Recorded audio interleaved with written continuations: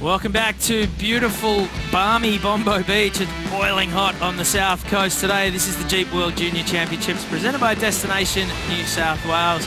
And our tour of the world keeps going with our competitors. We just had a Hawaiian and a Tahitian in the water. Right now it's Jhonny Guerrero from Peru up against Waida, who's from Indonesia. And it looks like Rio, the top seed, is getting things started straight away on his backhand. Just the one turn, gets a little climb over the foam. He's sticking with this, but that is first blood to the Indonesian surfer at the NIB Pro Junior. And here he goes straight into wave number 2. So he's staying very busy, and he's already going to have 2 scores on the board inside the opening 3 minutes. And well, he might just be sneaking into a third as well. This one looks good. Yeah, he's racing again on his backhand. Well, just the one turn and he porpoises over the back. Here he goes, getting into wave number 4 on his backhand, up and over that first section, and then goes down. That won't go into his top 2, but staying very busy. 8 minutes down. So 21 minutes and 45 seconds remaining on the clock. Jhonny Guerrero in second, looking for a 7.40. Waida out in the front and staying busy. Isn't he? Gets a nice bit of fin release on that first turn and up and over on his second hit as well. So looking to replace a 3.5. That'll be very close. I think it might have been different if he had lost the hit, but good on him. He's through to the third round. Yeah, here goes Waida on his 6th wave. So staying really, really busy. All have been left, and he's just rolling the dice on every little lump that comes his way and hoping that they open up. From McGill referenced how important priority was, as we see under priority, Rio on the inside again. Staying very busy, 7 waves in the first 12 minutes. That was a nice turn on the end section. Yeah, the judges are really going to have to dissect these 2 manoeuvre waves. All right, here's a replay of Rio's last wave, Brad. You see how to generate a bit of speed to get going on that one, a little functional turn, but that was a nice critical manoeuvre, and you'll see the score came in there at 4.5. Luke is an Aussie in Bali, and he's been shaping boards for Rio his whole life, and his younger brother as he kicks out of the second wave.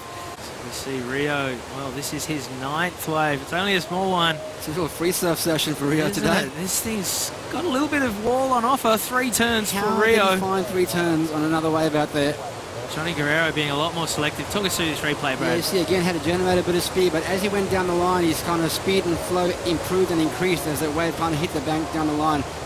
Certainly went to town on those turns. And can you believe it? He's up again. Yeah, well, he just paddled a lap around Jhonny Guerrero there, who didn't really make much of, didn't move, and Rio may have just locked in one of his top 2 scores. So that's a bit strange towards the surfer. Let's go, Jhonny Guerrero. Here he goes, the Peruvian surfer on his backhand. Nice first turn to get things going. Drives hard off the bottom and smashes that second section.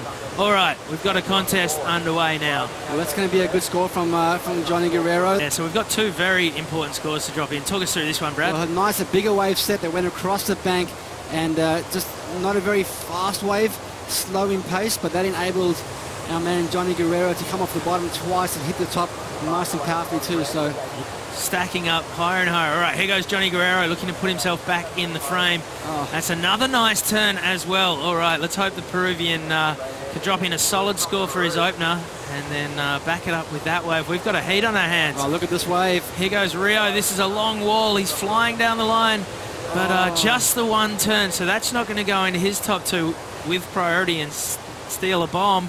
Suddenly, Jhonny Guerrero is up and rolling. Yeah, well, this is Johnny's second wave. He locked in.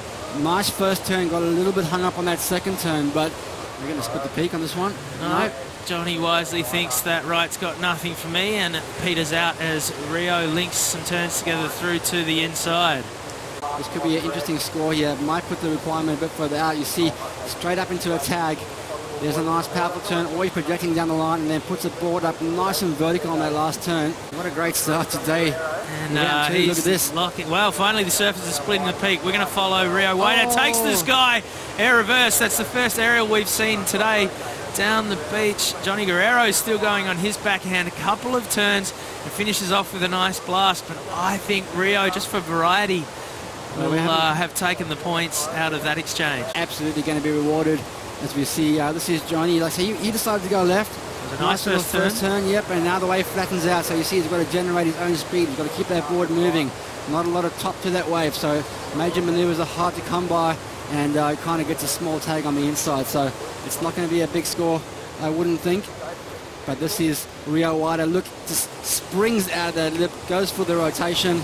A nice air reverse, clean finish. We see he comes off the bottom, eyes projecting on that lip.